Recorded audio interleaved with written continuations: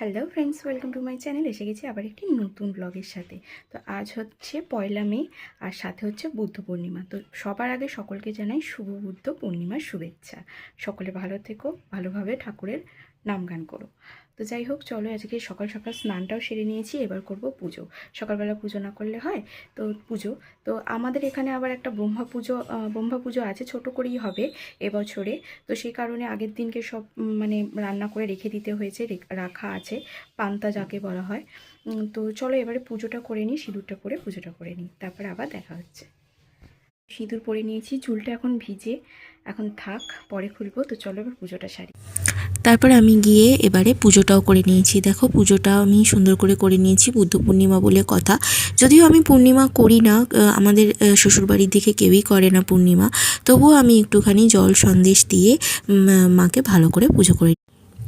তারপরে আমি নিচে চলে এসেছিলাম ব্রেকফাস্ট করার উদ্দেশ্যে। তো ছিল হচ্ছে ডাল চচ্চড়ি, ছিল আলু সিদ্ধ দিয়ে মুড়ি মেখেছিলাম, আর ছিল হচ্ছে দুটো গরম গরম বেগুনি। দুটোই আমার না, একটা বড়বাবুর একটা আমার।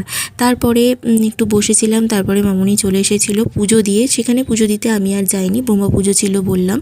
তো সেরকমভাবে এবছরে পুজোটাও হয়নি, কোনো রিজন বশত হয়তো পুজোটা হয়নি, নাহলে খুব ধুমধাম করে পুজোটা হয়।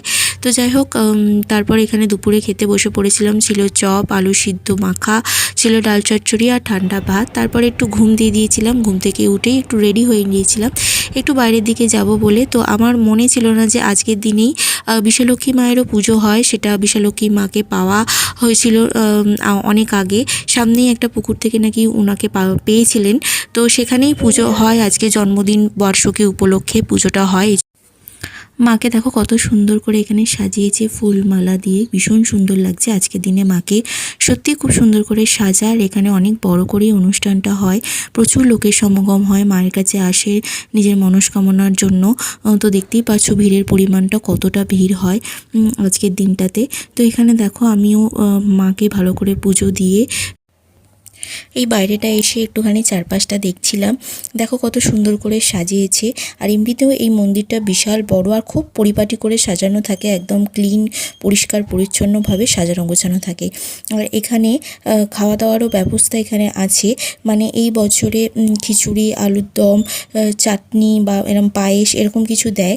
তো আমিও দেখছিলাম যেখানে দেখো কত রান্না হয়েছে আর কত এখানে রান্না হয়ে রেডি হয়ে গেছে, কারণ কি অলরেডি খাওয়ানো স্টার্ট হয়ে গেছে। তো এখানে আলু এখানে কেটে রাখা আছে, ওখানে রান্না অলরেডি আরও হচ্ছে। তার মানে বুঝতেই পারছো যে কত পরিমাণ লোক এখানে খাওয়ানো হয় প্রত্যেকটা বছর। আর এখানে দেখো কত গামলা খিচুড়ি অলরেডি রেডি হয়ে গেছে, মানে গামলা বলছি ভুল, এই যে ব্লু ব্লু ড্রামগুলো দেখতে পাচ্ছ, এর ভিতরে ভিতরে সমস্ত খিচুড়িগুলো রান্না হচ্ছে আর ঢালা হচ্ছে।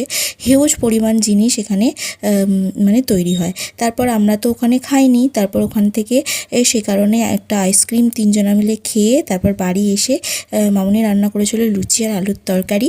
তো সেটাই খেয়ে আজকের দিনটা শেষ করেছিলাম। তো এই ছিল আজকের ছোট্ট একটা ভিডিও।